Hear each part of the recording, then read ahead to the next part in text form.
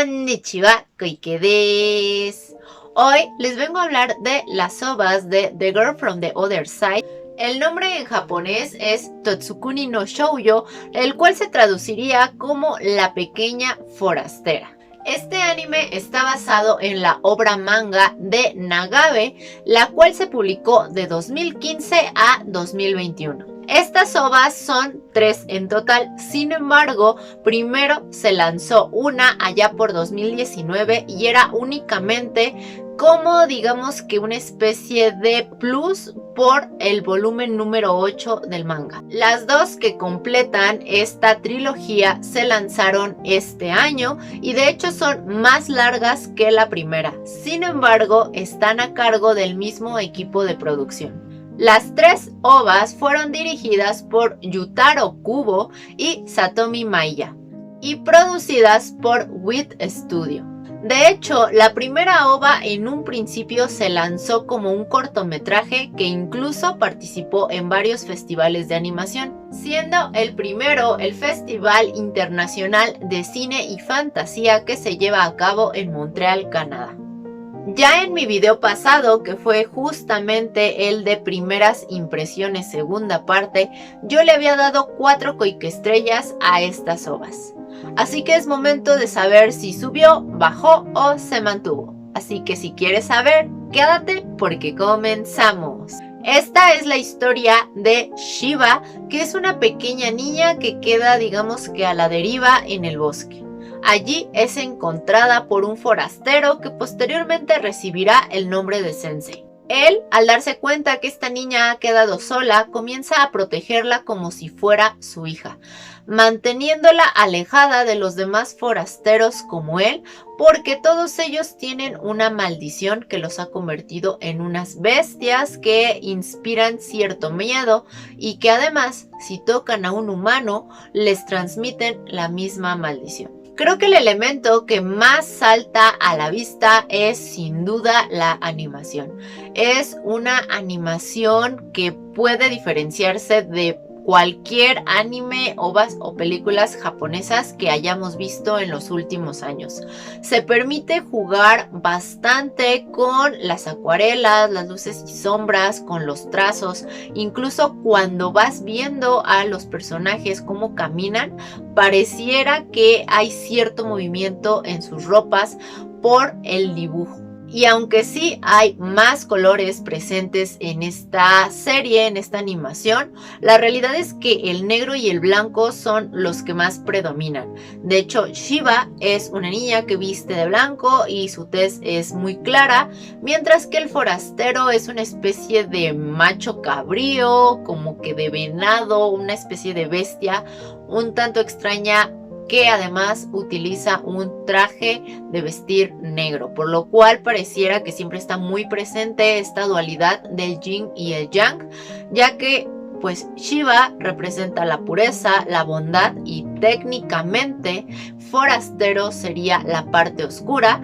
Pero la historia hace mucho hincapié precisamente en esta parte de que dentro de toda oscuridad hay luz y en la luz también hay oscuridad. En cuanto al ritmo, pese a que estas ovas tienen años de diferencia, lo cierto es que no se nota. Incluso hasta donde yo leí, supuestamente este año únicamente saldría una ova. Lo que yo creo es que esta ova fue muy larga y la partieron en 2. Incluso desde la primera, que pasaron años para tener una segunda parte, no se siente allí un abismo de información. Lo único que sí se siente un poco extraño es que pues la primera duró 10 minutos y la segunda y la tercera ya duran más. Pero el ritmo creo que se mantiene bastante bien, es un ritmo lento, se da su tiempo para contarnos lo que está pasando, para explicarnos y comenzar a desarrollarnos al personaje de Shiba, un poco el forastero, pero jugando siempre con este tinte de misterio. De hecho, en un principio siento que esto pareciera tomar tintes como de un cuento de hadas, como si alguien te contara una historia, un cuento popular. Todo comienza como en ese sentido. Te pintan de alguna manera los dos bandos, tanto los que viven de un lado del muro como los forasteros, y más que darte datos sobre unos y otros, comienzan a mostrarte ciertas cosas de ambos bandos, pero a través de la amistad o esta fraternidad que comienza a aparecer entre Shiva y el forastero. Como que cada uno cuenta partes de lo que pasa, digamos que de su lado del muro, y el espectador puede empezar a hacer como que conjeturas o ir explicándose la historia. Porque eso sí, algo que tienen las ovas y que al parecer el manga no, es que en el manga obviamente dan más explicaciones. Creo que son algo así como 11 tomos. Entonces pues tienen allí su tiempo para hablar más sobre esta maldición, sobre los personajes que viven de un lado del muro y los que viven del otro lado. Tienen pues más tiempo para indagar en esta parte de la historia, mientras que en las ovas no. Lo poco que sabemos es lo que cuentan Forastero y Shiva uno al otro, o las conjeturas que el espectador va haciendo mientras nos muestran pues algunas escenas o a partir de lo que ellos nos dicen. Así que en realidad, más que respuestas o explicaciones del por qué, te van haciendo más preguntas, pero considero que esto no es malo. No hay algún momento en el que el espectador se pierda, o al menos yo no lo sentí así. Creo que sí, al final hay un pequeño lapsus donde no es que no se entienda, pero sí son ya muchísimas las dudas, pero que aún así se puede seguir el ritmo de esta historia, se ve hacia dónde va. No nos tratan de contar una historia diferente, siempre el conflicto va a ser esta relación, y vemos cómo no es, digamos que buena o sana para ninguna de las dos partes, porque se supone que por algo hay este muro, porque tanto forasteros como humanos deben de estar separados. En un principio no nos dicen el por qué.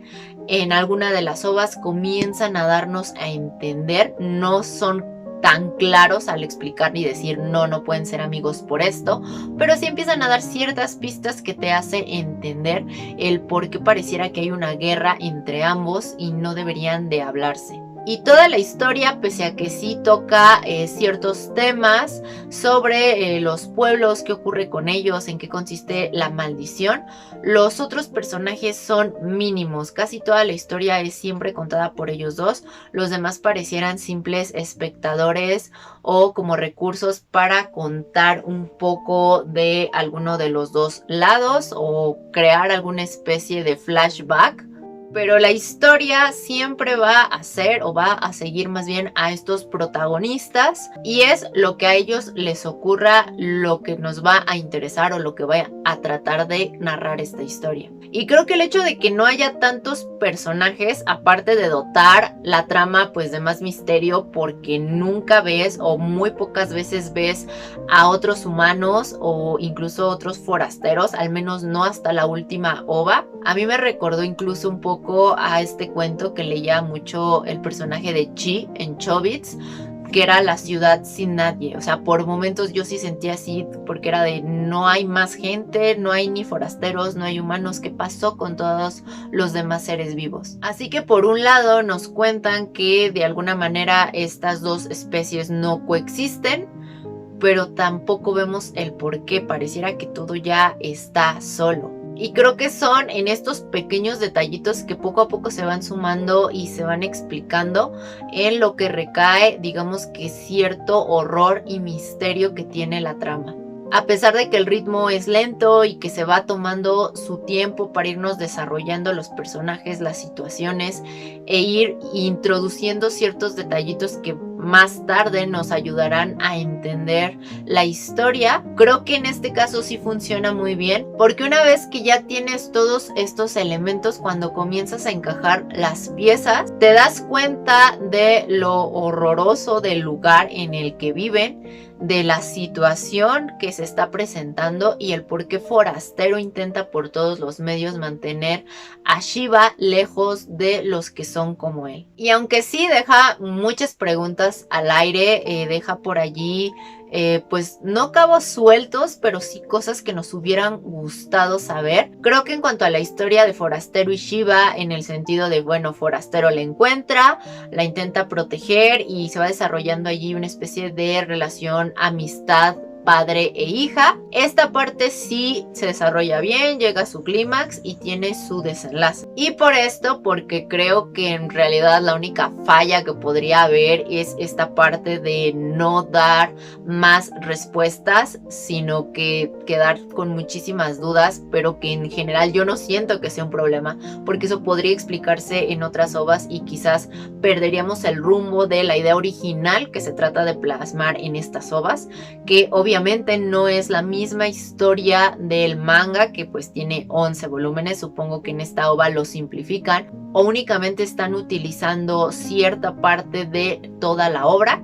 Así que creo que, al menos para mí, esta parte no es del todo mala, sino que al contrario hace que te llame la atención y quieras ir a leer el manga. Y por esto yo le doy en esta ocasión 4 estrellas y media, porque creo que no únicamente es una historia bonita, buena, bien desarrollada, sino que de verdad la animación es algo digno de ver, es algo muy bonito y completamente diferente a lo que habíamos estado viendo. Es diferente al estilo de anime que actualmente predomina, también es diferente al antiguo modo de los animes, como sería a lo mejor Sailor Moon, Saint Seiya, Dragon Ball. Quizás se asemeja un poco a lo que hacía el estudio Ghibli en sus primeras películas, como con acuarelas, todo hecho a mano, pero aún así tiene su propia esencia, y esta parte de verdad calzó como anillo al dedo el hecho de hablarnos de una historia fantástica y utilizar precisamente este juego como de acuarelas, de carboncillo. Pero recuerda que esta es mi opinión. Si tú ya viste esas ovas, me encantaría leer tu opinión aquí abajito. Y ya sabes, si te gusta mi contenido, por favor dale like, suscríbete y activa la campanita para que te diga cada cuando subo video. Te dejo por aquí mis redes, que tengo TikTok, donde subo videos de lo que ocurre en la semana, de noticias por allí de anime o de sinopsis chiquitas, o de cuando me entero que aparece alguna película en Netflix y todo el mundo sabía menos yo. Y también te dejo por aquí mi Instagram. Yo soy Koike Matane.